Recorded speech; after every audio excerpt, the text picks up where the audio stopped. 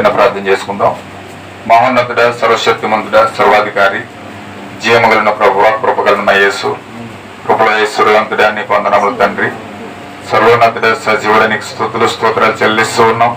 ఇదిగో దేవ యొక్క సమయంలో దేవ ప్రభువ యొక్క ప్రభు కూడికిలోనికి ప్రభువ ఏర్పాటు చేయబడిన ప్రభు కూడికలోని మీరు దిగిరండి ప్రభువ. నిశ్చయముగా కొన్ని విషయాలు మాతో మాట్లాడండి దేవ. మమ్మల్ని బలపరచండి ప్రభువ. ఈ వాక్యం ద్వారా ఓ దేవ మమ్మల్ని పైకి లేవనెత్తండి ప్రభువ. ఓ దేవ నిశ్చయముగా ఓ నీ సత్యమును మేము గ్రహించదుము గాక, నీ వాక్యమును మేము పట్టుకుందాము గాక, ఓ నీ ప్రత్యక్షత మాకు తెరవబడును గాక, ప్రతి బిడ్డతో నీ పరిశుద్ధాత్మ మాట్లాడును గాక. ఓ దేవ బైబిల్ మేము చదివాం ప్రభువ. ఇది మేము పేజీలు మాత్రమే తిప్పగలం కానీ దీన్ని అనువాదము నువ్వు చేయగలవు ప్రభువ. పరిశుద్ధాత్మ అనువాదం చేయను గాక. ఏ మనిషి కూడా దీనికి అనువాదం చేయలేడు ప్రభువ.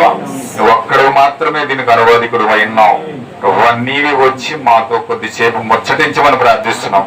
ఏదైనా తోటలో అవుతూ ఆదాముతో ముచ్చటించిన దేవుడు ఈ రోజు రాత్రి మాతో ముచ్చటించండి ప్రభువ. మాతో మాట్లాడండి ప్రభువ. ఓ నీ ప్రత్యక్షత దయచేయండి ప్రభువ. వినిచున్న ప్రతి హృదయానికి సున్నతి దయచేయండి ప్రభువ. ప్రతి హృదయానికి నీ వాక్యము గ్రహింపు శక్తినిచ్చేవుగాక. ఇక అప్పగిస్తూ ఎదురొచ్చిన ప్రతి దురాత్మ దయ్యపు శక్తులన్నిటిని, క్రీస్తు ఆత్మలన్నిటిని ప్రభుని యేసుక్రీస్తు నామములో బంధించండి ప్రభువ. ఓ నీ వాక్యం వెల్లడవుడు తోడని వెలుగు కలుగులుగాక. ఇక అప్పగిస్తూ గృహమును కూడా దీవించండి. ఇక మా మధ్యలో సోదరులు పిలువమని గారు తన భార్య ఓ దేవ ప్రభు మధ్యలో ఉన్నారు ప్రభువ. మా బిడ్డలను కూడా మీరు దీవించండి. ఇదిగో దేవ ప్రభు వివాహం జరిగి కొన్ని సంవత్సరాలు ప్రభువ ఓ ఈ రోజు వివాహ దినము జరుపుకుంటూ ఉండగా నూతన దినమును మరొక దినము ఇచ్చావు ప్రభువ. ఓ దేవ ప్రభు వారిని ఆ జంటను మీరు దీవించండి. ఓ అద్భుతమైన ప్రేమ వారి మధ్యలో కుమ్మరించండి ప్రభువ. క్రీస్తు యొక్క ఐక్యత వారి మధ్యలో వచ్చునుగాక ప్రభువ. దేవ మా మధ్యలో ఉన్న ప్రభు చిన్నారి గారిని కూడా దీవించండి. ఓ దేవ ప్రభువ ఆ బిడ్డను కూడా మీరు ప్రభుగా నీ యొక్క వాక్యంలో అభివృద్ధి పరుస్తా ఉన్నావు ప్రభువ. ఆ బిడ్డను కూడా దీవించండి, ఆశీర్వదించండి, బలపరచండి. వాక్యం ఇంకనూ ప్రత్యక్షపరచబడును గాక. దేవ ఈ కుటుంబమును కూడా మీరు దీవించండి. ఓ ఈ కుటుంబం ద్వారా మేమందరం కూడా ఆశీర్వదించబడము గాక. ఇక అప్పగిస్తూ మహిమ ఘనత ప్రభావాలు పొందుకోమని ప్రభువునే యేసుక్రీస్తు నామములో ప్రార్థిస్తున్నాం తండ్రి, ఆమేన్. అందరూ కూర్చున్నాము. హల్లెలూయా. ఇప్పుడు వచ్చిన సోదరులందరికీ ప్రభువునే యేసుక్రీస్తు నామములో వందనాలు తెలియజేస్తున్నానండి. అందరికీ వందనాలు, ప్రార్థించేవాళ్ళు. మనము ఆదికాండం 18 అధ్యాయం చూస్తూ ఉన్నాం. ఈ ఆదికాండం 18 అధ్యాయము మనం మళ్ళగా నడుస్తూ ఉన్నాం, కొన్ని విషయాలు ధ్యానిస్తూ ఉన్నాం.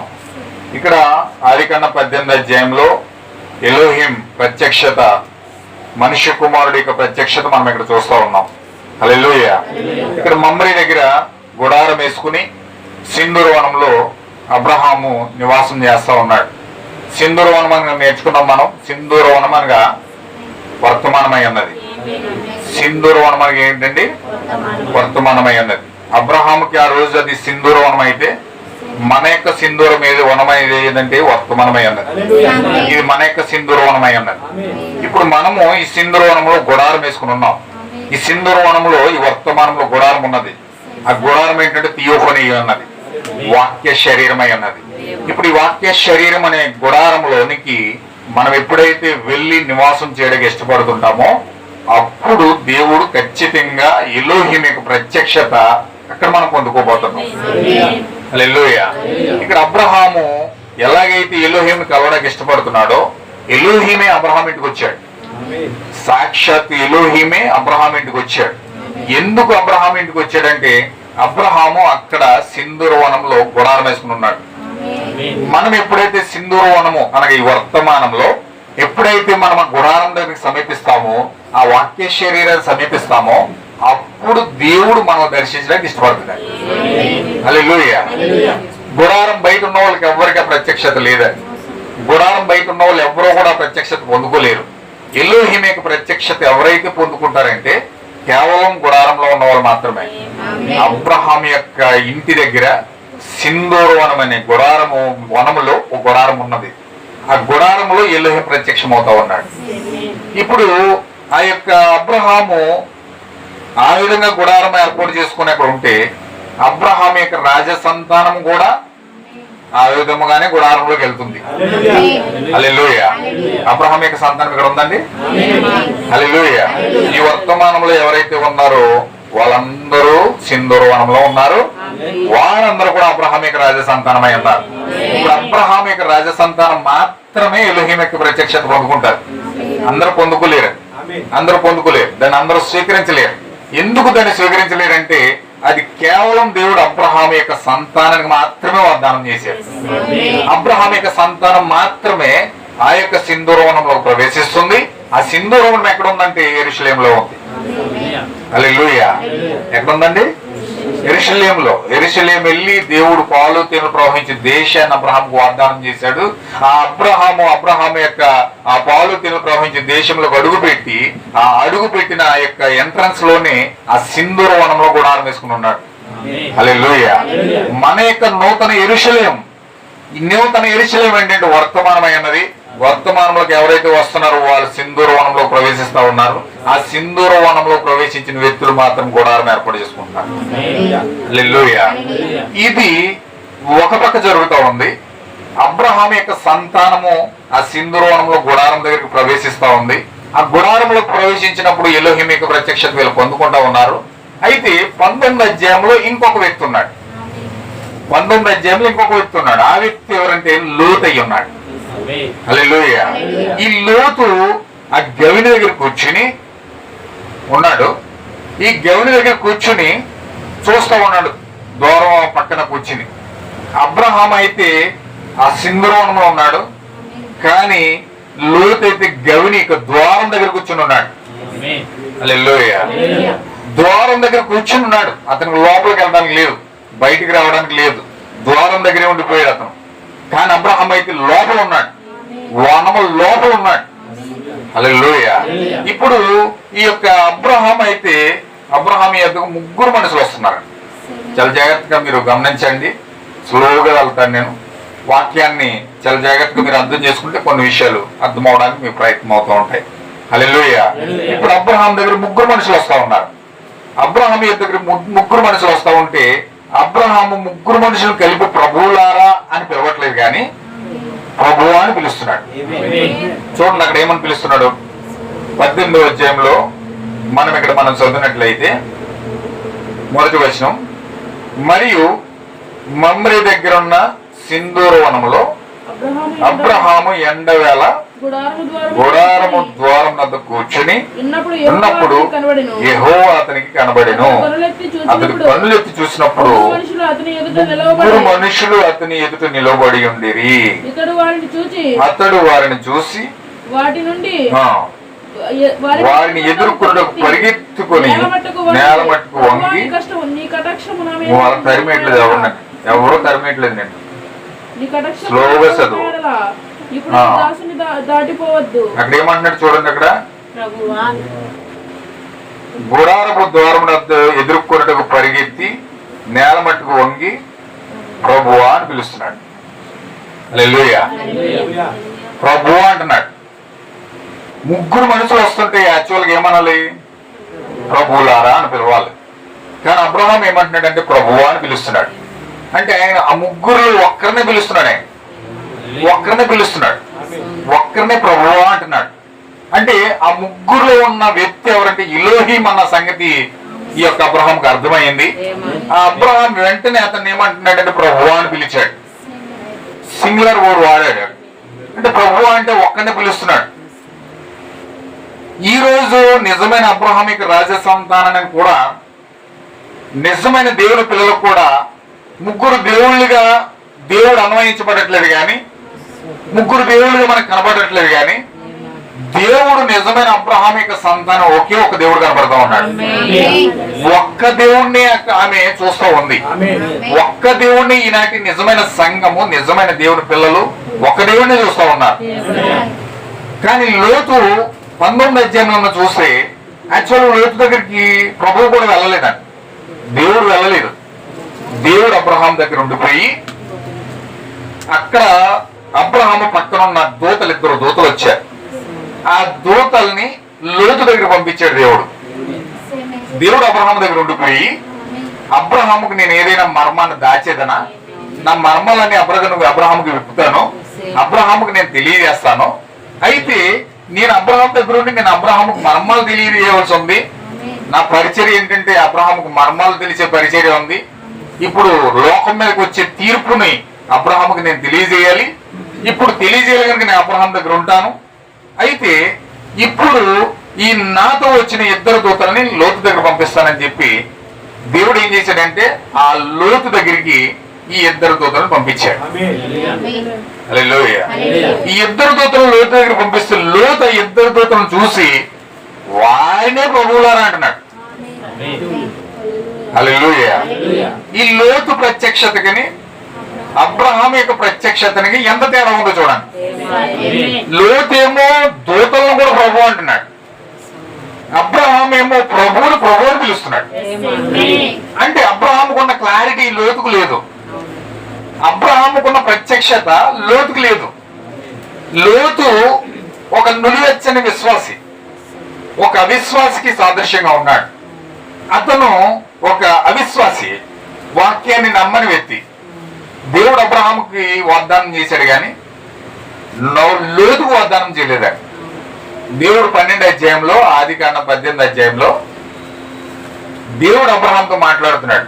ఏమని మాట్లాడుతున్నాడంటే, నీ ఇంట నుండి లేచి నీ జనము నుండి నీ తండ్రి నుండి నీ దేశము నుండి ప్రతి దాన్ని విడిచిపెట్టి నేను చూపించబోయే పాలు తేనెలు ప్రవహించే దేశముకు వెళ్ళమని చెప్పి దేవుడు అబ్రహామును పిలుస్తా ఉన్నాడు. హల్లెలూయా. అబ్రహామును పిలవలేదండి అక్కడ, అబ్రహామును పిలవలేదు, లోతును పిలవలేదు, దేవుడు అబ్రహాముని పిలుస్తున్నాడు.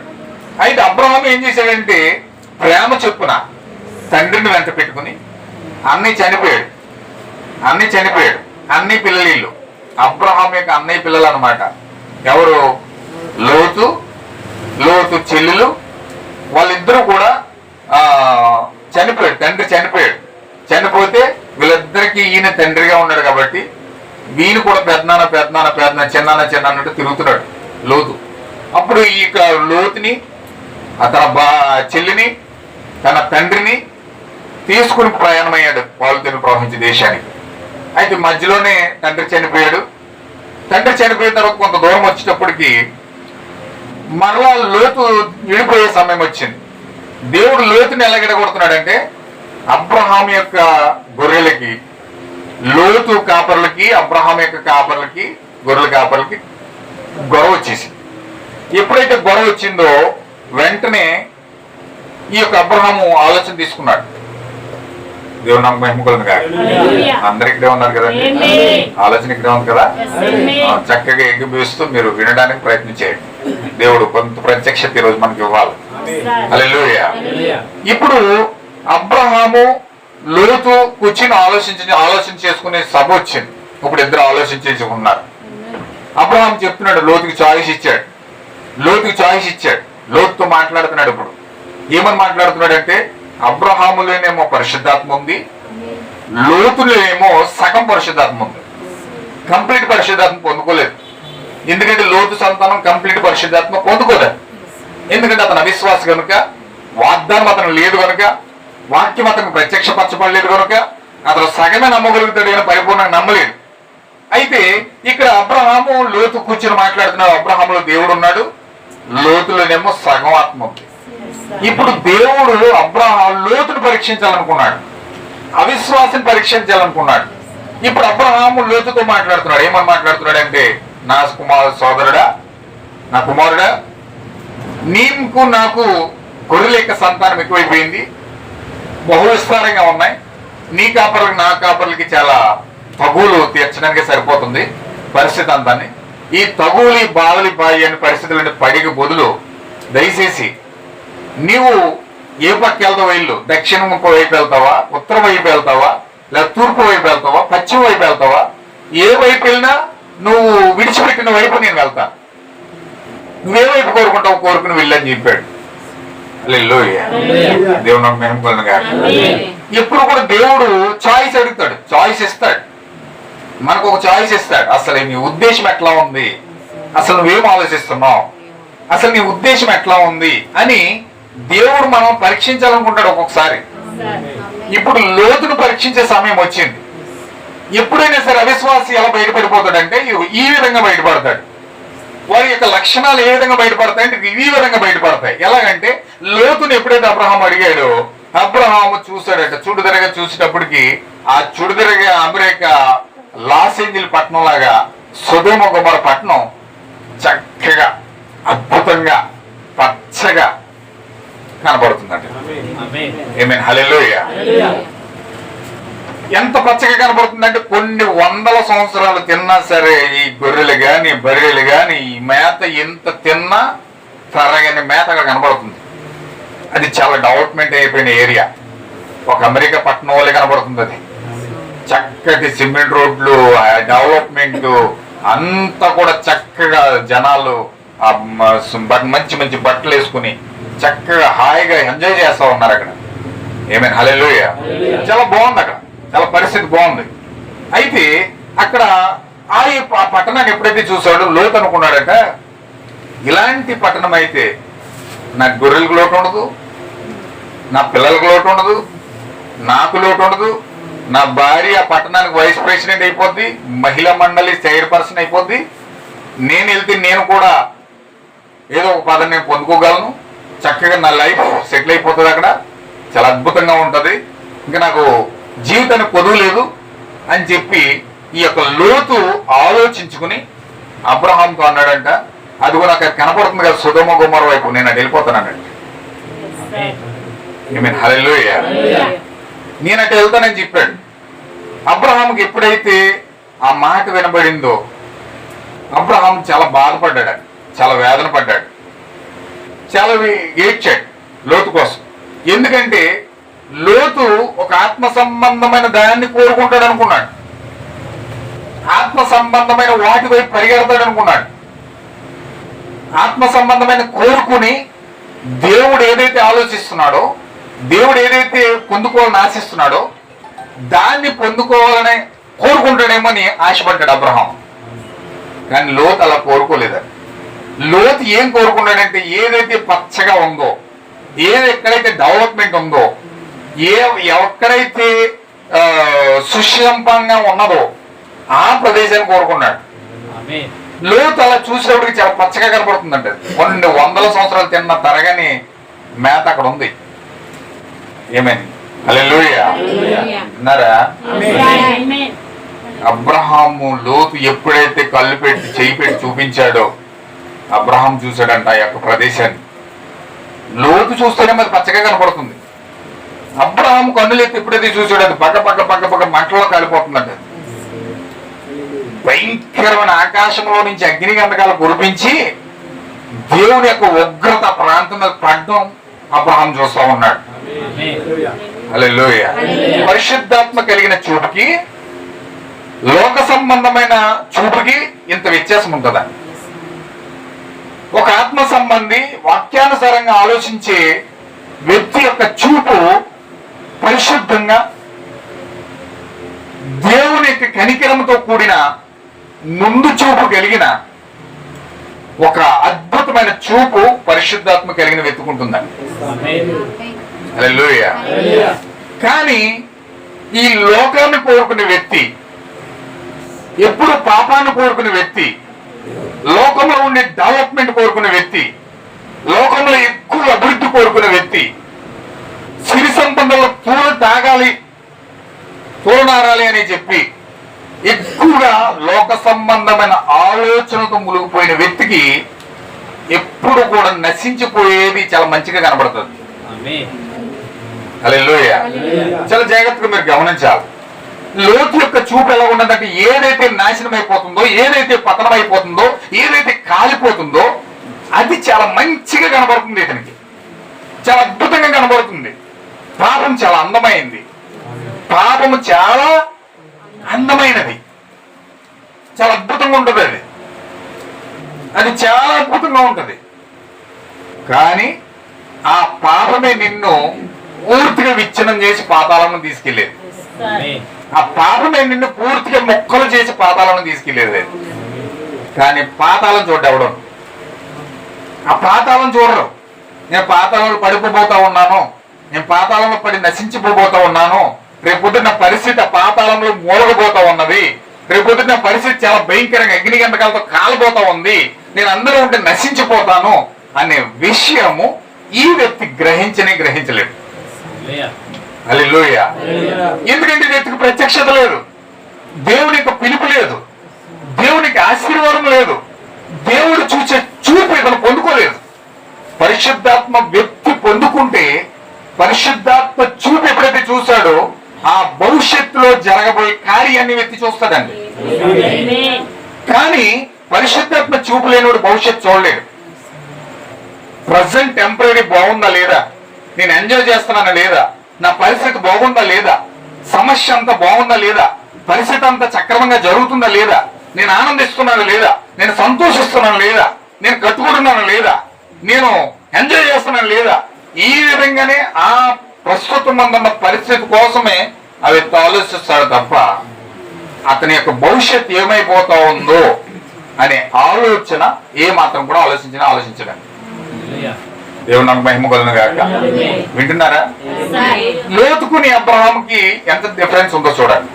లోతు యొక్క ప్రత్యక్షత వేరు, అబ్రహాం యొక్క ప్రత్యక్షత వేరు. ఎందుకు అబ్రహాం యొక్క ప్రత్యక్షత ఆ విధంగా ఉన్నదంటే దేవుడు పిలిచి ఎన్నుకొని గొర్రె పిల్ల యొక్క జీవ గ్రంథంలో అబ్రహాం యొక్క పేరు రాసుకున్నాడండి. ఆయన ఎందుకు రాసుకున్నాడంటే దేవునిలో భాగమై ఉన్నాడు అబ్రహాము. అబ్రహాము దేవునిలో భాగమై ఉన్నాడు కనుక దేవుడు ఏదైతే ఆలోచిస్తా ఉన్నాడో, దేవుడు ఏదైతే ద్వేషిస్తా ఉన్నాడో, దేవుడు దేన్నైతే అవాయిడ్ చేస్తా ఉన్నాడో అబ్రహాం దాన్ని అవాయిడ్ చేస్తా ఉన్నాడు. దేవుడు ఏదైతే ప్రేమిస్తున్నాడో దాన్ని అబ్రహాం ప్రేమిస్తున్నాడు. హల్లెలూయా. ఎప్పుడైనా సరే దేవుని పిల్లలు దేవుడు ఏదైతే ప్రేమిస్తాడో దాన్ని ప్రేమిస్తాడు. ఒకవేళ దేవుడు ద్వేషించిన దాన్ని నువ్వు ప్రేమిస్తున్నావు అంటే నువ్వు దేవుని సంబంధం కాదు. దేవుడు ప్రేమించిన దాన్ని నువ్వు ప్రేమిస్తున్నావు అంటే నీకు దేవుడికి సంబంధం లేదు. దేవుడు ఏదైతే ద్వేషిస్తున్నాడో నువ్వు దాన్ని ద్వేషిస్తావు. దేవుడు దేన్నైతే ప్రేమిస్తున్నాడో నువ్వు దాన్ని ప్రేమిస్తావు. దట్ ఈస్ రాజ సంతానం, అది రాయల్ సీడ్. దేవుడికి ఏదైతే ఇష్టమో దాన్ని నువ్వు చేయడానికి ఇష్టపడతావు. దేవుడు ఏదైతే ప్రేమిస్తున్నాడో దాన్ని నువ్వు ప్రేమిస్తావు. హల్లెలూయా. దేవుడు ఎలాగైతే కనికరం కలిగి ఉన్నాడో నువ్వు కూడా అదే కనికరం కలిగి ఉండడానికి ప్రయత్నం చేస్తావు. దేవుడు ఏ ప్రేమ అయితే కలిగి ఉన్నాడో ఆ ప్రేమ నువ్వు కూడా పొందుకోవడం ప్రయత్నం చేస్తావు. హల్లెలూయా. దేవుడు ఏ సహనం అయితే కలిగి ఉన్నాడో ఆ సహనం నీకు కావాలనుకుంటావు. దేవుడు ఏ మనసు కలిగి ఉన్నాడో అదే మనసు నీవు కలిగి ఉండాలనుకుంటావు. హల్లెలూయా. ఏమన్నాడు పౌలు గారు? క్రీస్తు యొక్క మనస్సు మీరును పొందు వరకు ప్రయాసపడుడి అన్నాడు. హల్లెలూయా. అంటే క్రీస్తు యొక్క మనస్సు మన మనస్సు ఏకమవ్వాలి. యెషయా ప్రవక్త ఏమన్నాడంటే ఆయన ఆలోచనలకు మన ఆలోచనలకి భూమికి ఆకాశానికి ఉన్నంత తేడా ఉందన్నాడు. ఆయన ఆలోచన వేరు, మన ఆలోచన వేరు. ఆయన ఆలోచనలు మనకి ఆలోచనలకి ఎంత తేడా ఉంటుందంటే భూమికి ఆకాశానికి ఎంత తేడా ఉందో అంత తేడా ఉంది. అంటే ఆయన ఆలోచించే ఆలోచన అంతా పరలోక సంబంధమైంది, మనం ఆలోచించే ఆలోచన అంతా కూడా భూ సంబంధమైంది. ఆకాశానికి భూమికి ఉన్నంత తేడా ఉంది ఇప్పుడు దేవుడికి మనకి. కానీ ఎప్పుడైతే దేవుని యొక్క ప్రవర్తన భూమి మీదకి వచ్చాడో, వాక్యం ఎప్పుడైతే తెరవబడిందో, యేసుక్రీస్తు ప్రభుని యేసుక్రీస్తు భూమి మీదకి వచ్చి ఎప్పుడైతే రక్తం కాచాడో, ఎప్పుడైతే ప్రాణం పెట్టాడో, ఆ పెంతుకొస్తులోనికి దిగి 120 మందిలోనికి పరిశుద్ధాత్మక దేవుడు ఎప్పుడైతే దిగినాడో, హల్లెలూయా. ఇప్పుడు భూమి ఆకాశాలకు ఉన్నంత గ్యాప్ లేదు, కానీ ఇప్పుడు ఆయన మనసు మన మనసు పరిశుద్ధాత్మ ద్వారా ఏకమైపోతా ఉన్నాయి. హల్లెలూయా. ఇప్పుడు పరిశుద్ధాత్మ ఆయన్ని మనం ఐక్యపరిచేస్తుంది. పరిశుద్ధాత్మ ఆయనకి మనకి సంబంధం తెచ్చేస్తుంది, రక్త సంబంధం తెచ్చేస్తుంది. హల్లెలూయా. ఇప్పుడు పరిశుద్ధాత్మ ద్వారా ఆయన మనం ఎప్పుడైతే ఏకమవుతున్నామో ఆయన మనసు మన మనసు ఒకటవుతుంది. కానీ పాత నిబంధనలు అలా లేదు. పాత నిబంధనలు ఆయన ఆలోచనలకు మన ఆలోచనలకు తేడా వ్యత్యాసం ఉంది. కానీ కొత్త నిబంధనలు వచ్చినప్పటికీ ఆయన మనసు మన మనసు ఏకమైపోతా ఉంది. హల్లెలూయా. ఎవరైతే పరిశుద్ధాత్మ పొందుకుంటా ఉన్నారో, ఎవరైతే ఆయన యొక్క ఆత్మతో ఐక్యమవుతా ఉన్నారో వారు ఆయన మనసు మన మనసు ఏకమై ఏకీకృతమై ఏకీభవించి వాక్యంతో నడుస్తూ ఉన్నారు. హల్లెలూయా. కానీ అబ్రహాం మనసు లోతు మనసు కలవట్లేదు. ఇక్కడ అబ్రహాం మనసు ఒకలాగా ఉంది, లోతు మనసు ఒకలాగా ఉంది. అబ్రహాం ఆత్మ సంబంధమైన చూడడానికి ప్రయత్నం చేస్తా ఉన్నాడు, లోతు ఏమో భౌతిక సంబంధమైన దాన్ని చూడడానికి ప్రయత్నం చేస్తా ఉన్నాడు. ఎప్పుడు కూడా భూమి మీద 2 రకాల మనుషులు ఉన్నారు. ఒకటి ప్రకృతి సంబంధమైన మనిషి, 2 ఆత్మ సంబంధమైన వ్యక్తి. హల్లెలూయా. ఆత్మ సంబంధం ఎల్లప్పుడూ ఆత్మ సంబంధంగానే ఆలోచిస్తాడు. ప్రకృతి సంబంధం ఎప్పుడు కూడా ప్రకృతి సంబంధంగానే ఆలోచిస్తాడు. ఆ ప్రకృతి సంబంధం ఆలోచనలు అన్ని కూడా భూ సంబంధంగానే ఉంటాయి. భూ సంబంధంగానే ఆలోచిస్తాడు. భూ సంబంధంగానే ప్రతి ఒక్క ఆలోచన ఉంటుంది. ఇక్కడ మనం బాగున్నామా, మనం పని చేసుకుంటున్నామా, చక్కగా ఆనందంగా ఉన్నామా, అన్ని కొనుక్కుంటున్నామా, మంచి ఇల్లు కట్టుకున్నామా, మంచి భూములు కొనుక్కున్నామా, అన్ని సంతోషంగా కార్యాలు జరుగుతున్నాయా అన్న విధంగానే ఒక వ్యక్తి ఆలోచిస్తూ ఉంటాడు. కానీ ఏమైనా హల్లెలూయా, ఎప్పుడు కూడా అతను పరలోక సంబంధంగా ఆలోచించి నేను పరిశుద్ధమాత్మ పొందుకున్నానా, క్రీస్తు యొక్క ఆత్మ నాలో ఉన్నదా, క్రీస్తులో నేను ఏకమైన నడుస్తున్నానా, నా జీవితం వాక్య ప్రకారంగా కట్టబడుతుందా లేదా, నా ఆలోచన వాక్య ప్రకారంగా ఆలోచిస్తున్నానా, నా స్వభావం ఎట్లా ఉంది, నేను వాక్య ప్రకారంగా నా స్వభావం నా ఉద్దేశం ఉన్నదా, నా యొక్క స్థితిగతులన్నీ వాక్య ప్రకారం కట్టబడుతున్నాయా లేదా, దేవుడు చెప్పినట్టు నేను చేస్తున్నానా, దెయ్యం చెప్పినట్టు చేస్తున్నానా. ఏమైనా హల్లెలూయా. ఎప్పటికప్పుడు అతను పరీక్షించుకుంటూ పరిశీలించుకుంటూ అతని జీవితాన్ని వాక్యంతో సమపోల్చుకుంటూ ముందుకెళ్తాడు. హల్లెలూయా. ఈ యొక్క ప్రకృతి సంబంధి లోతుకి ఎటువంటి ఆలోచన ఉండదు, భయం లేదు, భక్తి లేదు. ఇతను ఎంతసేపు ఆ సొదొమ గుమ్మర వైపు చూస్తూ చాలా పచ్చగా ఉంది, నేను శిరస్థాయిగా బ్రతికగలను, నా బ్రతికే దోహ లేదనుకుంటున్నాడు తప్ప అతను ఎల్లప్పుడూ దేవుని కోసం గాని, పరిశుద్ధాత్మ కోసం గాని, వాక్యం కోసం గాని, అతని జీవితం సరి చేసుకోవడం గాని ఏమి లేవండి. ఏమైనా హల్లెలూయా.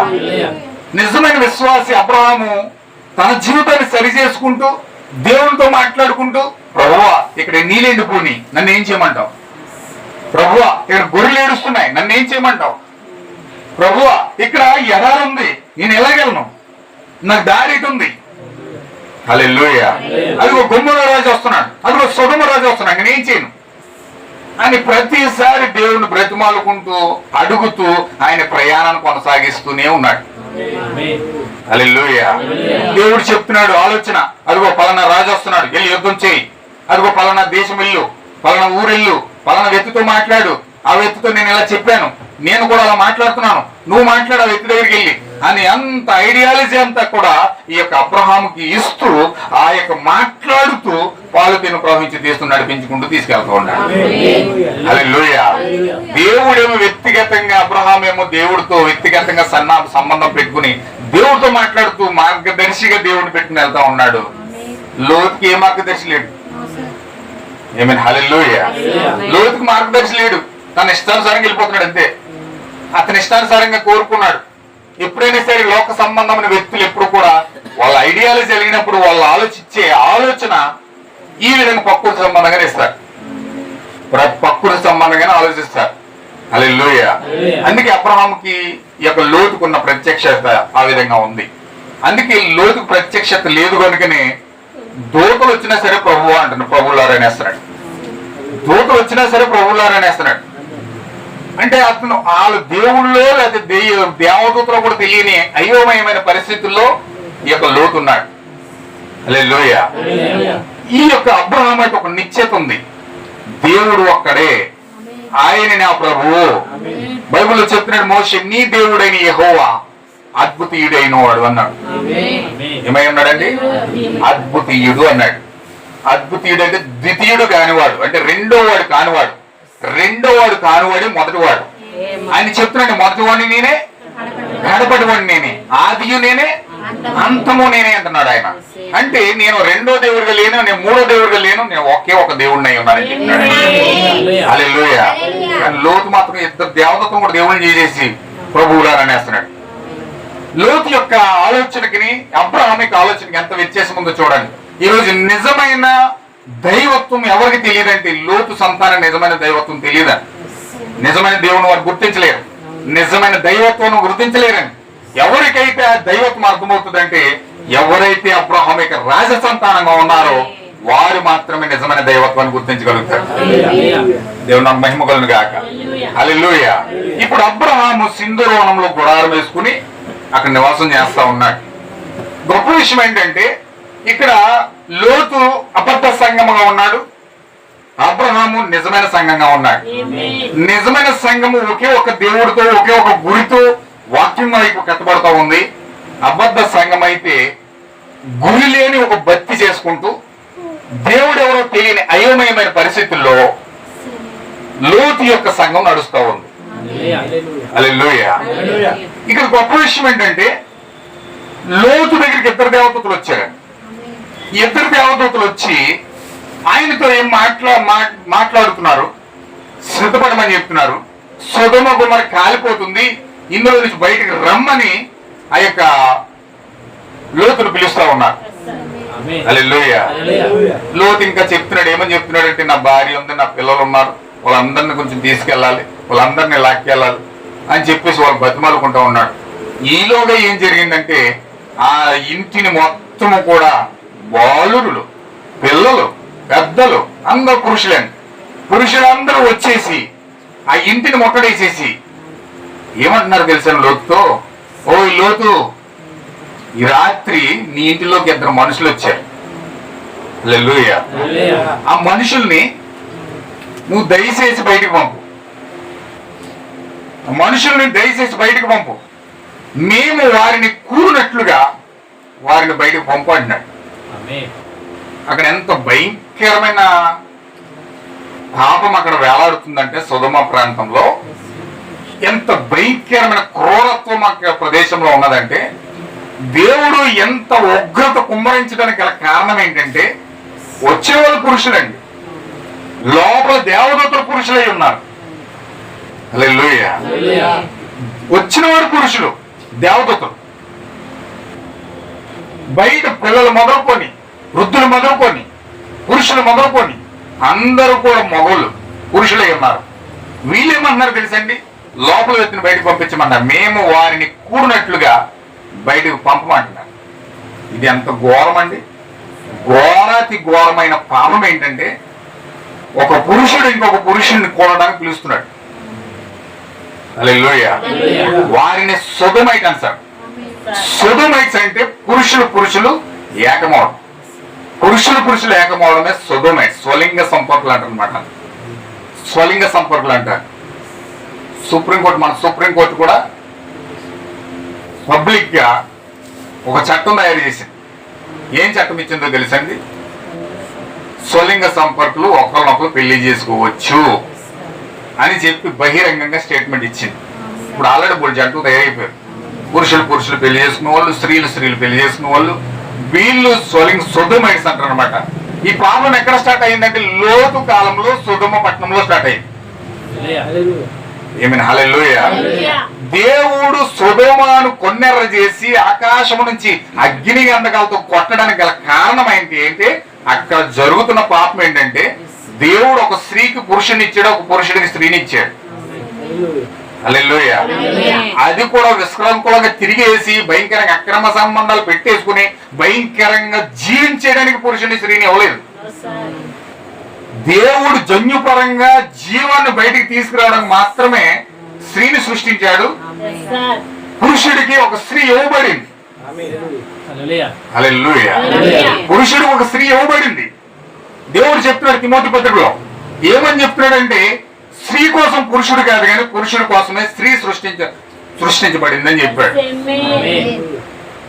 అంటే దేవుడు పురుషుడికి సహాయకారిగా ఒక స్త్రీని ఉపపత్నిగా సహాయకారిగా దేవుడు స్త్రీని పురుషుడికి ఇచ్చాడు. ఎందుకు ఇచ్చాడంటే అక్రమ సంబంధాలు పెట్టుకోమని కాదు.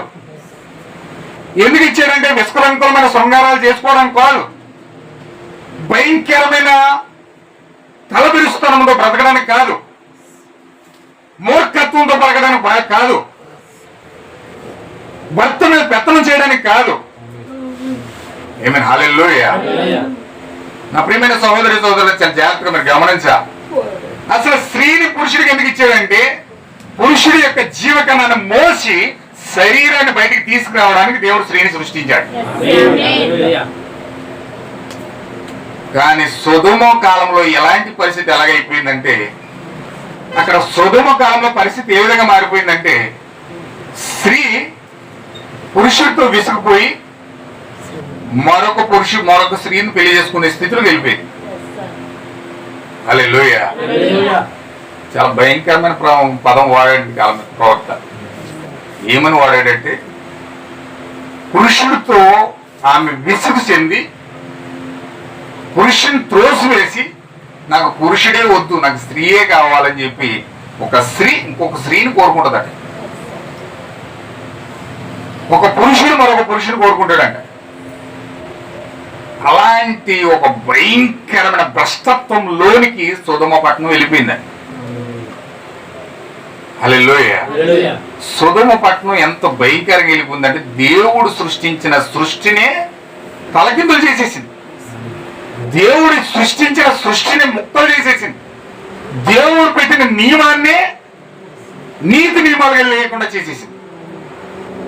దేవుడు సృష్టించిన సృష్టిని విచ్ఛిన్నం చేయడం కారణం చేత దేవుడికి భయంకరమైన కోపం వచ్చి ఆకాశం నుంచి అగ్ని గంట కలిసి కొట్టాడట. అగ్ని బాంబులు అణుబాంబులు విసిరాడట ఆకాశం నుంచి. మనుషుడు తయారు చేసిన బాంబులు ఎత్తేనే మొత్తం దేశాలు కాలిపోతున్నాయి. మరి దేవుడు తయారు చేసిన బాంబు కలిపితే ఏముంటుంది? సొదొమ గుమ్మర పట్టణంలో దేవుడు తయారు చేసిన బాంబు వేసినప్పటికి ఇప్పుడు ఇంకా కనీసం బూడిద అలాగే ఉందండి. యూట్యూబ్లో చూడండి, కనబడుతుంది కదా, బూడిద అలాగే ఉందండి. అక్కడ మొక్క మొదలు మనిషి జీవించడానికి అక్కడ అవకాశమే లేదు. చక్కగా అమృతంగా ఉన్న సముద్రం మృత సముద్రం అయిపోయింది. ఉప్పు సముద్రం అయిపోయిందండి అది. వాళ్ళందరూ నీళ్ళు తాగేవారు, వాళ్ళు తీయగా ఉండేవారంటే. నీళ్ళు తాగితే ఎంత మంచిగా ఆరోగ్యంగా ఉండేవారంటే నీళ్ళు తాగితే.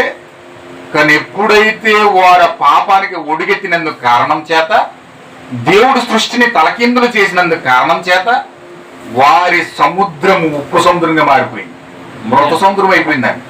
అందులో పడితే సావడం తప్ప అందులో జీవం లేదు. ఆ నేల మీద చిన్న గడ్డి కూడా మొలవదండి, అంత భయంకరంగా అది మారిపోయింది. ఎందుకు తెలుసండి? దేవుని సృష్టిని తలకిందులు చేసేసారు వాళ్ళు. దేవుడు సృష్టించిన సృష్టిని ముక్కలు చేసేసారు వాళ్ళు. దేవుడు ఒకటి చెప్తే వీళ్ళు ఇంకో దాన్ని చేసి మొత్తం దాన్ని పతనం చేసి పారేశారు. హల్లెలూయా. దేవుడు ఉగ్రరూపం ధరించి ఆ యొక్క అగ్ని గంధకాలతో ప్రదేశాన్ని అంత కాల్చి అంత కోపోద్రికుడిలాగా ఈ యొక్క సొదొమైట్స్ మారిపోయారు. హల్లెలూయా. దేవుని మహిమ కలుగును గాక. ఆ యొక్క ప్రాంతం కోసం ఈ యొక్క లోతును చెప్పడానికి వెళ్ళి ఇదంతా ఈ విధంగా మారిపోతుంది, దయచేసి బయటికి రమ్మని చెప్తే ఈ లోతు అంటాడు, నా పిల్లలు ఉన్నారు, అల్లుళ్ళు ఉన్నారు అయ్యా అంటున్నాడు. సరే, అల్లుళ్ళు చెప్తున్నాడు, బతిమాలుతున్నాడు, వారు ఇష్టానుసారంగా నవ్వుతున్నారు. కూతుర్లు చెప్తున్నాడు, వాళ్ళు నవ్వుతున్నారు. భార్య చెప్తున్నాడు, వాళ్ళు నవ్వుతున్నారు. సరే, వాళ్ళు నవ్వుతున్నారు కదని చెప్పి దూతలే వచ్చి చెప్పినాయి. భర్త చెప్తున్నా నమ్మట్లేదు కదా, మరి దూతలు వచ్చి చెప్పినాయి. దూతలు వచ్చి చెప్పిన తర్వాత అల్లుళ్ళు నమ్మకుండా మా ఇష్టం, మా బ్రతుకు బతుకుతాం, మీ బతుకు మీరు బతకండి అని చెప్పి వాళ్ళు చెప్పేశారు. లోతు కూతుర్లు తీసుకుని భార్యను తీసుకుని ప్రయాణం అయ్యాడు కానీ కూతుర్లు తీసుకుని భార్యను తీసుకుని ప్రయాణం అయ్యాడు. బయటకు వచ్చింది కానీ ఈమె లోతుతో బయటకు వచ్చింది కానీ ఈమె చూపు అంతా కూడా అక్కడే ఉంది. మా ఆయన తీసుకొచ్చేస్తున్నాడు నన్ను, నా బంగారం అంతా అక్కడే ఉంది. మా ఆయన తీసుకొచ్చేస్తున్నాడు నన్ను, నా ఇల్లు అంతా అక్కడే ఉంది. ఏమైపోద్దు నా ఇల్లు, నా బంగారం ఏమైపోద్దు, నా లిప్స్టిక్లు ఏమైపోతాయో, హల్లెలూయా, నా స్కర్ట్లు ఏమైపోతాయో, నా కురస డ్రెస్లు ఏమైపోతాయో, నా ఫ్రెండ్స్ ఏమైపోతారు అని చెప్పి ఆ లోక సంబంధంగా ఆలోచించే ఆలోచనలన్నిటితో ఈమె ప్రయాణం చేస్తా ఉంది. హల్లెలూయా. ఈ వచ్చిన దూతలే వాక్యం చెప్తున్నాయి. వాక్యం పెట్టడం మానేసి కూర్చుని వాక్యం ఈ చెవిలో నుంచి చెవిలోకి వెళ్ళిపోతుంది. ఈమె మాత్రం ఆలోచన అంతా సొదొమ కోసమే ఆలోచిస్తుంది. దేవుని నామమున మహిమ కలుగును గాక. చాలా మంది కూర్చుని వాక్యం వింటారు కానీ ఎందుకు ఒక్క వాక్యం ఒక్క ముక్క కూడా హృదయంలోకి వెళ్ళదు. ఈ చెవితో ఏంటారు, ఈ చెవితో వదిలిపెడతారు. అన్ని కూడా ఆలోచించి అంత ఆలోచన అంతా ఎక్కడెక్కడో తిరుగుతూ ఉంటుంది. ఇక్కడే హల్లెలూయా. అంత తిరిగి తలపడి వచ్చేది ప్రార్థన ఇప్పుడు అయిపోతారా బాబు అని చెప్తారు. అయితే ఆ విధంగా ఆలోచించుకుంటూ వస్తుంది లోతు భార్య. ఈమె వచ్చినైతే సంఘంలోకి వస్తుంది కానీ ఈమె హృదయంలోకి మాత్రం వాక్యం వెళ్తలేదు. హృదయంలోకి మాత్రం వాక్యం తీసుకోవట్లేదు. ఈమె ఎంతసేపు ఆ యొక్క సొదొమ కోసమే ఆలోచిస్తుంది. సొదొమలో ఉన్న ఎంజాయ్, సొదొమలో ఉన్న బిర్యానీ, సొదొమలో ఉన్న లిప్స్టిక్లు, సొదొమలో ఉన్న ఫ్యాషన్ షో, సొదొమలో ఉన్న బ్యూటీ పార్లర్, అన్నిటి కోసం ఆలోచించుకుంటూ అంత సంతోషంగా ఆలోచిస్తుంది. హల్లెలూయా. తీసుకొచ్చాడు లోతు. ఇంకా ఎవరికి వెళ్ళి కొలిది మీకు కూడా తెలుసా? దేవుని మార్గంలోకి వచ్చినప్పుడు ఎవరి కొలిదికు ఈ ముందుకెళ్ళి కొలిది ఇరికైపోతుంది. విశాల మార్గం ముందుకెళ్ళి కొలిది పొడవైపోద్దండి. ఫస్ట్ ఇరుగ్గా ఉంటది విశాల మార్గం, ప్రయాణం చేసి కొలిది ఇంకా విశాలంగా మారిపోద్ది. అబ్బా చాలా ఎంజాయ్ ఉంటుంది అందులో. కానీ దేవుని మార్గం అయితే ఫస్ట్ అది ఎలా ఉంటదంటే చాలా ఇది విశాలంగా ఉన్నట్టు ఉంటది, కానీ ఇల్లి కూలి తిరిగిపోతుంది అది. హల్లెలూయా. ఈ లోతు భార్య విశాలంగా ఉండడం చూసి చాలా ముందుగా వచ్చేసింది, కానీ ఇల్లి కూలి తిరిగిపోతుందండి. హల్లెలూయా. కొంచెం వాక్యం ఇచ్చినప్పటికి చెవులు తీసి, ముక్కులు తీసి, కళ్ళ ఏర్పిడులు తీసి, జుట్టు బాగా పెంచుకో, పొడుగు జాకెట్ కుట్టించుకో. హల్లెలూయా. చాలా జాగ్రత్తగా ఉండాలి, భర్తకు లోబడాలి, పిల్లల మీద చక్కగా బాధ్యత వహించాలి, ప్రార్థించాలి. హల్లెలూయా. బాధ్యతలన్నీ గుర్తుపెట్టోడికి ఈ లోతు భార్యకి ఏ బాధ్యతలు ఏం పాటించలేదు. అక్కడ ఏ బాధ్యతలు లేకుండా శుభ్రంగా జాలీగా తిరిగింది, ఎంజాయ్ చేసింది. చాలా అద్భుతంగా ఉంది అతను ఆవిడ లైఫ్. పేకాట ఆడాలంటే పేకాట ఆడింది, వెళ్ళి క్లబ్లోకి వెళ్ళాలంటే క్లబ్లోకి వెళ్ళింది. హల్లెలూయా. ఏమంటారు అదే డాన్స్ చేస్తారు ఏంటండి అది? ఏంటంటే అది రాక్ అండ్ రోల్. అందులోకి వెళ్ళి డాన్స్ చేసింది. పబ్బుల్లోకి వెళ్ళి డాన్స్ చేసింది. శుభ్రంగా సిగరెట్ తాగాలన్నప్పుడు సిగరెట్ తాగింది. అన్ని ఎంజాయ్, ఫ్రెండ్స్ తో తిరిగింది, సినిమాలకు వెళ్ళింది, షికారులకు వెళ్ళింది, మీటింగ్లకు వెళ్ళింది, అన్ని కార్యాలు చేస్తుంది. ఎప్పుడు ఇంట్లో శ్రద్ధగా పిల్లలకు వచ్చిన వాక్యం చెప్పింది లేదు. హల్లెలూయా. ఒక పాట పాడి కుటుంబాలను పెట్టుకుని చక్కగా పిల్లలకి వాక్యం నేర్పించింది లేదు. ఏమి తెలియదు ఇంకి. ఒక బాధ్యతగా గౌరవించి, భర్తను అందరి ముందు గౌరవించి ఒక పై స్థానంలో పెట్టింది లేదు. ఓయ్ ఎట్లా ఒక మాట చెప్తుండ్రా అంటది. హల్లెలూయా. దేవుని నామం మహిమ గాక. 10 మందిలో అవమానపరుస్తుంది. అన్ని రకాలుగా నేనే పైన ఉన్నానని చెప్పింది. నేనే అన్ని చేస్తున్నా, కుటుంబం నడిపించేది నేనే, అన్ని చేసేది నేనే. భర్త అడిగాడు, అది కూర్చోమంటే కూర్చుంటాడు, నుంచోమంటే పడుకోమంటే పడుకుంటాడు. ఆహాబులాగా. హల్లెలూయా. దేవుని నామం మహిమ గాక. ఏం చేయమంటే చేస్తాడు. కేకెత్తి కూర్చుంటాడు అంతే. నోరు ఎత్తలేడు, నోరు లేదు. ఎందుకంటే నోరు నొక్కేసాను నేను. నా మాట అంత పవర్ఫుల్, నేనంత పవర్ఫుల్ ఇంట్లో. హల్లెలూయా. చాలా ధరవేగింది ఈమె. ఒక తగ్గింపు లేదు, ఒక దీనత్వం లేదు, ఒక ఒబీడియన్స్ లేదు, ఏమీ లేకుండా విచ్చలవిడిగా ఈమె ఇంట్లో గృహంలో బ్రతికింది. హల్లెలూయా. అమాంతంగా ఈ యొక్క దూతలు వచ్చేసి వాక్యం అంతా చెప్పేసి, అమ్మా ఈ వాక్యం అంటే ఇలా ఉంటది, పరలోకం అంటే ఇలా ఉంటది, ఆ యొక్క ఏదో అంటే ఇలా ఉంటుంది మొత్తం వివరించినప్పుడు అయ్యి బాబోయ్ ఇదంతా నేను పొందేసుకుందామని వచ్చేసింది దగ్గరికి. హల్లెలూయా. పొందేసుకుందామని రావడం అయితే అక్కడికి వచ్చింది, కానీ వచ్చిన తర్వాత లోపలికి వచ్చిన తర్వాత ముక్కులు తీసి, చెవులు తీసి, కాలు పట్టాలు తీసి, హల్లెలూయా ఇవన్నీ చెప్తా ఉంటే ఈమెకి ఎలా ఉందంటే పొడుగు జాకెట్లు కుట్టించుకో, నీ భర్త మీద ఎక్కడికో, మౌనంగా ఉండు, నోరు కట్టేసుకో, సహనంగా ఉండాలి, బాధ్యతగా ఉండాలి, పరువు గల కుటుంబంగా బ్రతకాలి, కుటుంబం మంచి బాధ్యతగా కట్టబడాలి, దేవుని ప్రేమ కలిగి కుటుంబంగా కట్టబడాలి. ఇవన్నీ దూతలు చెప్తుంటే అమ్మో ఇది చాలా కష్టంగా ఉంది, ఇది చాలా కష్టంగా ఉంది అని చెప్పి మెల్లమెల్లగా వెనక్కి జరగడం మొదలెట్టింది. ఇంకా హల్లెలూయా. ఈ లోతు భార్య రావడం అయితే వచ్చేసింది, కానీ చాలా ఆనందంగా వచ్చేసింది. కానీ ఆ పరలోకం చూసి, ఆ దూతలు చూపించి, దర్శనాలు చూపించి, అవన్నీ చూసేటప్పుడు చాలా సంతోషంగా వచ్చేసింది. కానీ ఇవన్నీ చెప్పేటప్పుడు అమ్మో ఇది చాలా కష్టంగా ఉందని చెప్పి వెనక్కి వెళ్ళిపోవడం మొదలెట్టింది. హల్లెలూయా. ఎప్పుడైతే వెనక్కి వెళ్ళిపోవడం మొదలుపెట్టిందో ఈ వెంటనే అక్కడ ఏమైపోయిందంటే ఉప్పు స్తంభం అయిపోయింది. హల్లెలూయా. ఉప్పు తెలుసు కదా మీకు, యేసుక్రీస్తు మాట్లాడుతున్నాడు. ఉప్పు దాని యొక్క రుచి తగినంతగానే కూరలో వేసుకోవాలి. అది ఎక్కువైన ప్రాబ్లమే, తక్కువైన ప్రాబ్లమే. ఆ ఉప్పు సరి సమానంగా కూరలో వేస్తేనే దాని టేస్ట్ ఉంటుంది. అది ఉప్పు ఎక్కువైనా తినలేం, తక్కువైనా తినలేం. దాని యొక్క నిస్సారం కోల్పోతే ఆ ఉప్పుకు వాల్యూ ఉండదు. దాని మీద రోడ్డు మీద వేసి తొక్కుపోతారు అందరూ.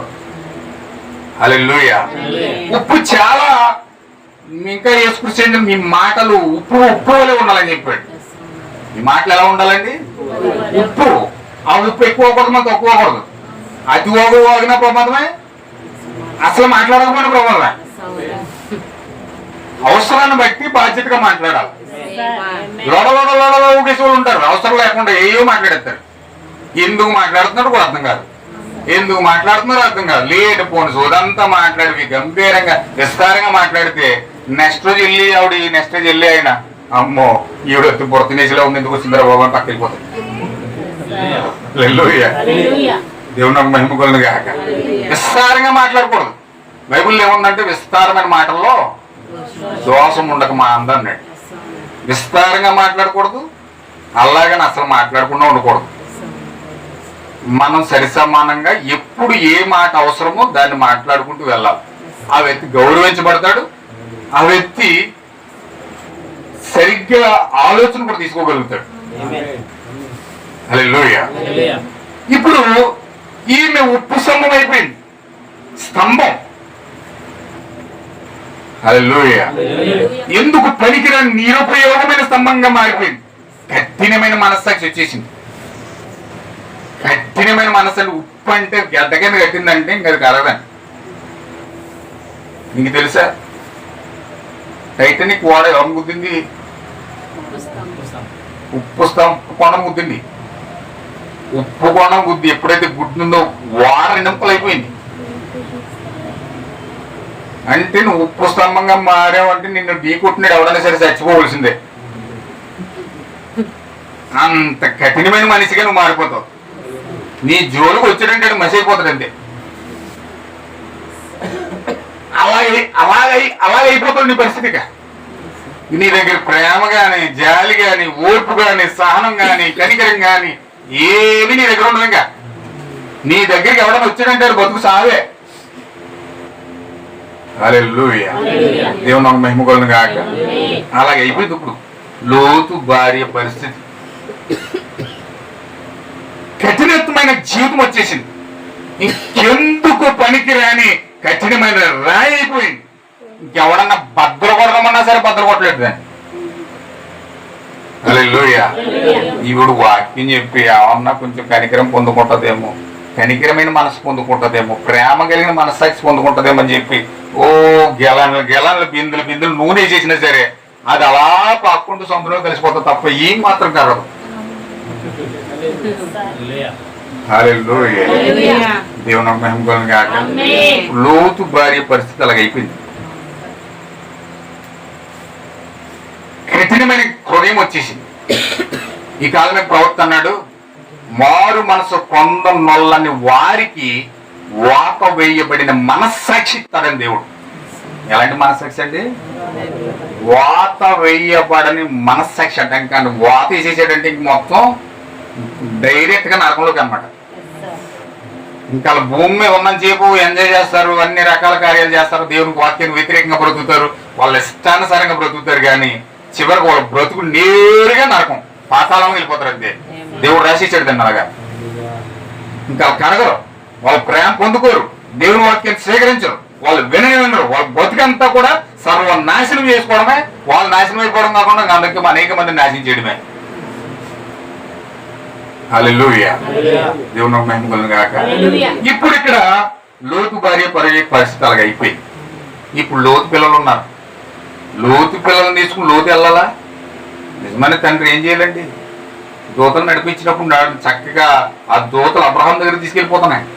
అబ్రహాం దగ్గర ఎలోహీం ఉన్నాడు. ఎలోహీం దగ్గరికి దూతలు నడిపించడం ప్రయత్నం చేస్తున్నాయి. హల్లెలూయా. ఈ దూతలు లోతు కూతురుని తీసుకుని డైరెక్ట్ గా ఆ యొక్క అబ్రహాం ఉన్న ప్లేస్ లో తీసుకెళ్ళడానికి దూతలు నడిపిస్తా ఉన్నాయి. ఈ లోతు కొండ ఎక్కడానికి కాళ్ళు లాగేసి హాయ్ బాబోయ్ నేను ఎక్కడైనా నా వల్ల అవ్వట్లేదు, ఇక్కడే ప్రాణాలు పోయేలా ఉన్నాయి, మీకు నమస్కారం పెడతాను. అదిగో అక్కడ చిన్న లోయలా ఉన్న గుహ ఉంది, దయచేసి మేము గుహకి దాక్కుంటాం. ఆ సుధుమ కాలిపోయి బూడిదైపోతుంది, ఆరిపోయేదాకా అక్కడ ఉంటాం, మళ్ళీ వెళ్ళిపోతాం అనుకున్నట్టు. హల్లెలూయా. ఎంత దౌర్భాగ్యుడు అతను, ఆరిపోయేలా ఉంటాడంటే మళ్ళీ వెళ్ళిపోతాడట. అదేమో దేవుని ఉగ్రత పడిపోయి భయంకరంగా కాలిపోయి బూడిదైపోయి అగ్ని చేత మలమల మారుతుంటే ఇతనేమో గోవ చూసుకుని అది ఆరిపోయి అక్కడ వెళ్ళిపోతాడట. అందాక ఇక్కడ ఉంటాడంట. మేము అక్కడ దాకా నడిచి వెళ్ళం కానీ మా వల్ల అవ్వట్లేదు కానీ మేము అందరికి వెళ్ళిపోతాం. హల్లెలూయా. ఈ లోతు ఎప్పుడు కూడా నడవడానికి ఆసక్తి ఉన్నా కానీ సగం దూరం వెళ్ళినప్పుడు కాళ్ళు నొప్పి వస్తాయి, వాక్యంతో నడవడానికి నొప్పులు వస్తాయి. ఏమైనా హల్లెలూయా. ఏదో ఒక అడ్డదారి కనబడుతుంది, ఏదో ఒక వీక్నెస్ కనపడుతుంది, ఏదో ఒక బలహీనత కనపడుతుంది, ఏదో ఒక సమస్య ఎదురవుతుంది. ఎప్పుడైతే సమస్య ఎదురైందో అయిపోయింది నా బతుకు, అయిపోయింది నా జీవితం, ఇంక నేను బతి చేయలేను, ఇంక నా వల్ల ఏం చేసుకుందాం బ్యానకి, లేదా దూడేద్దాం కోరట్లో, లేకపోతే ఏదో చేసేద్దాం, మింగేస్తాం ట్యాబ్లెట్ అని ఏదో వాళ్ళ జీవితాన్ని ముగించడానికి ప్రయత్నం చేస్తారు. కానీ ఏదో దూత ఉంది, నడిపిస్తుంది. ఎంత కష్టమైన దూతతో నడిచెళ్తే ఆ యొక్క దూత నా దేవుని దగ్గర నడిపిస్తుంది అనే ప్రత్యక్షత ఈ లోతుకు లేదు, విశ్వాసం లేదు. ఫస్ట్ హల్లెలూయా. విశ్వాసం ఉంటే ఆ దూతతో నడిచి ఉండేవాడు.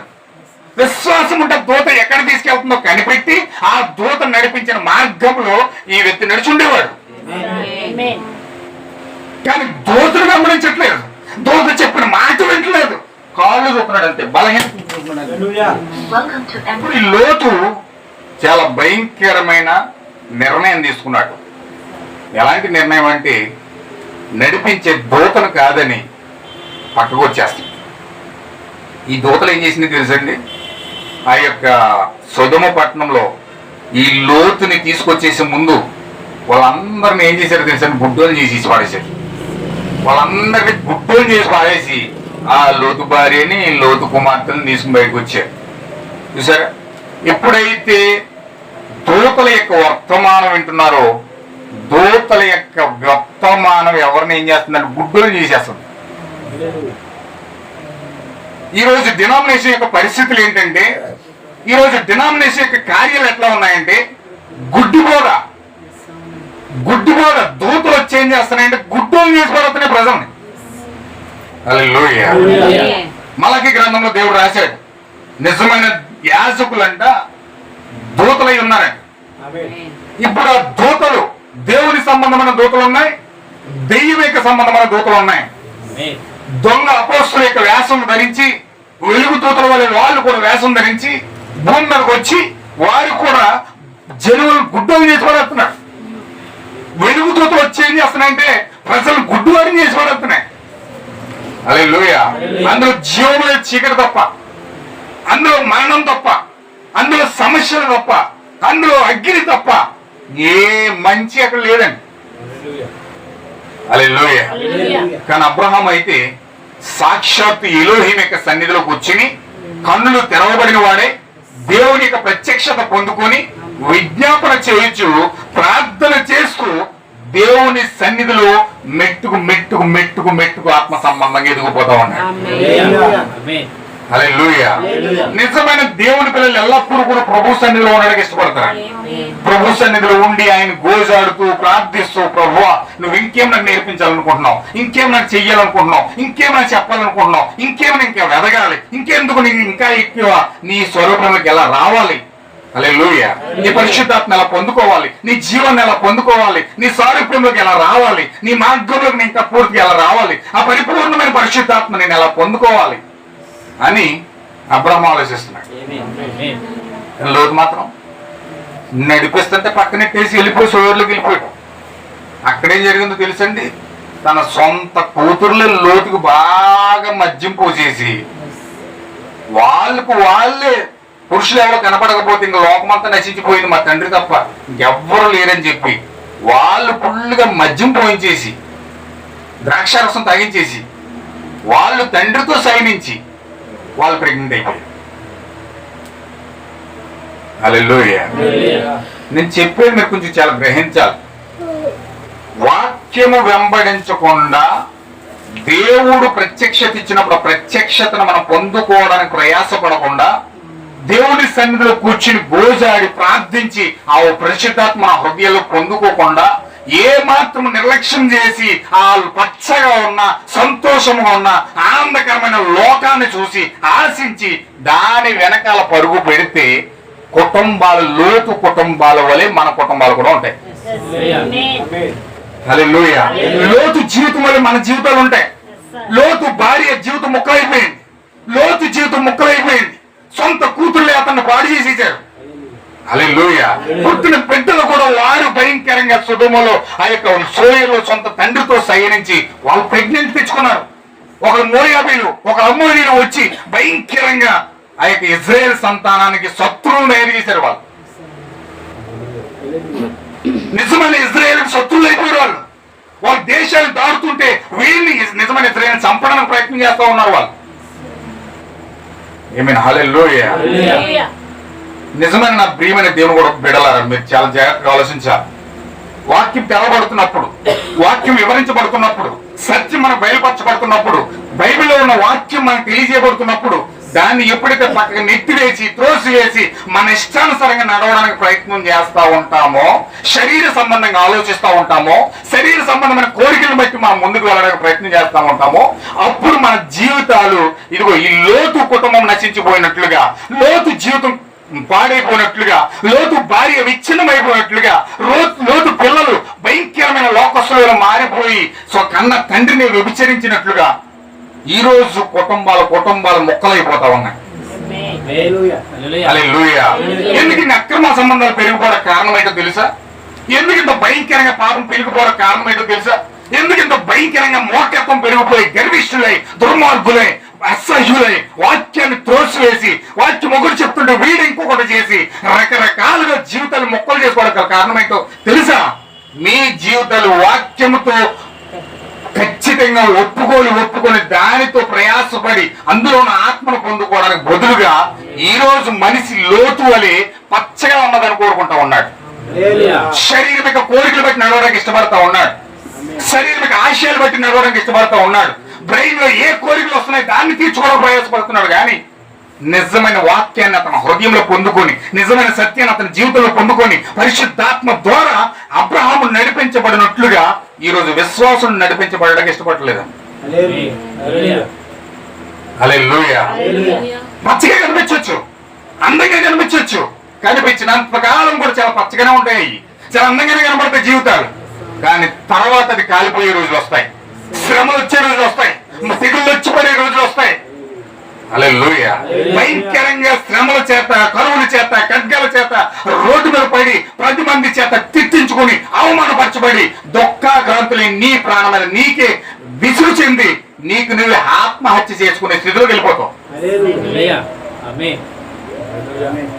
హల్లెలూయా. నా ప్రియమైన సోదరులారా, ఖచ్చితంగా మనం ఆలోచించవలసిన విషయం ఏంటంటే, ప్రత్యక్షపరచబడుతున్నప్పుడు, వాక్యము తెలియపరచినప్పుడు ఈ రోజు అబ్రహాముని నడిపించిన ఎలోహిం, అబ్రహామును నడిపించిన ఎలోహిం మీకు ఆల్రెడీ చెప్పాను. ఆ రోజు అబ్రహాం దగ్గర 3 దేవదూతలు వెళ్తే, 3 మనుషులు అక్కడికి వెళ్తే అందులో ఒకడు ఎలోహిమై ఉన్నాడు. హల్లెలూయా. ఆ కాలంలో అబ్రహాం దగ్గరికి ఎలోహిం నడుచుకుంటూ వెళ్ళాడు. ఈ కాలంలో కూడా దేవుడు 3 మనుషుల ద్వారా సంఘానికి వస్తా ఉన్నాడు. హల్లెలూయా. 3 మనుషులు సంఘంలోకి వస్తా ఉన్నారు. సంఘం అంతా అబ్రహాం అయి ఉన్నాడు. సంఘం అబ్రహాము వలె నిలబడి ఉన్నది. ఇప్పుడు ఈ సంఘం దగ్గర 3 మనుషులు వస్తా ఉన్నారు. ఎవరో 3 మనుషులు? William బ్రన్హామ్, వారల్ Roberts, Billy గ్రహాం. 3 వ్యక్తులు ఎప్పుడైతే ఈ యొక్క ప్రపంచం వేదిక మీద అడుగు పెట్టారో, హల్లెలూయా, వారల్ రాబర్ట్స్ ఏమో పెంతుకోస్తు స్టార్ట్ చేశాడు. పొటెన్షియల్ సంఘాన్ని బిల్లీ గ్రహాం బోధించడానికి వెళ్ళాడు. పెంతుకోస్తు సంఘాలు వారల్ రాబర్ట్స్ వెళ్ళాడు. నిజమైన అబ్రహాం యొక్క రాజ సంతానం ఎంతకు విలియం బ్రన్హాం వచ్చాడు. హల్లెలూయా. ఎప్పుడైతే విలియం బ్రన్హాం వచ్చాడో, విలియం బ్రన్హాం ఏమో సంఘానికి మర్మాలు తెరుస్తా ఉన్నాడు. వాక్యాన్ని తెరుస్తా ఉన్నాడు, సత్యాన్ని తెరుస్తా ఉన్నాడు, నిజమైన అపోస్తుల భావం తెరుస్తా ఉన్నాడు, ముద్రలు తెరుస్తా ఉన్నాడు, నిజమైన జీవాన్ని సంఘానికి ఇస్తా ఉన్నాడు. హల్లెలూయా. మిగతా ఇద్దరు దేవతలు మొత్తం ప్రపంచానికి గుడ్డు సువార్త చేసేస్తా ఉన్నారు. ప్రపంచం మొత్తం గుడ్డుని చేసి పడుతుంది. ఈ యుగ సంబంధమైన దేవత వారి మనోనేత్రాలకు గుడ్డితనం కలుగు చేస్తారు. హల్లెలూయా. ఎందుకు వెళ్ళి ఆ దేవతలు ఆ సొదొమ పట్టణాలుగా 2 దేవతలు ఎందుకు వెళ్ళి అంటే తీర్పు తీర్చడానికి, సొదొమ పట్టణాన్ని కాల్చివేయడానికి. ఈ రోజు ప్రపంచం మీదకి 2 దేవతలు ఎందుకు వచ్చారు? ఈ రోజు ప్రపంచానికి 2 దేవతలు ఎందుకు వచ్చారంటే ప్రపంచం త్వరలో 3వ ప్రపంచ యుద్ధం ద్వారా మొత్తం కాలిపోతా ఉంది. పంచభూతములు మిక్కుటమైన వేదంతో లయమై కాలి బూడిదైపోయే రోజుల దగ్గరలో ఉన్నాయి. హల్లెలూయా. నువ్వు కోటలు కట్టుకోవచ్చు, నువ్వు ఎర్ర కోటలు కట్టుకోవచ్చు, నువ్వు ఏవైనా కోటలు కట్టుకోవచ్చు, ఏవైనా ఎంత ఎంజాయ్ అయినా చేయొచ్చు. చెయ్యి వస్తుంది యుద్ధం, వస్తుంది 3వ ప్రపంచ యుద్ధం. అగ్ని ప్రళయం వస్తా ఉంది.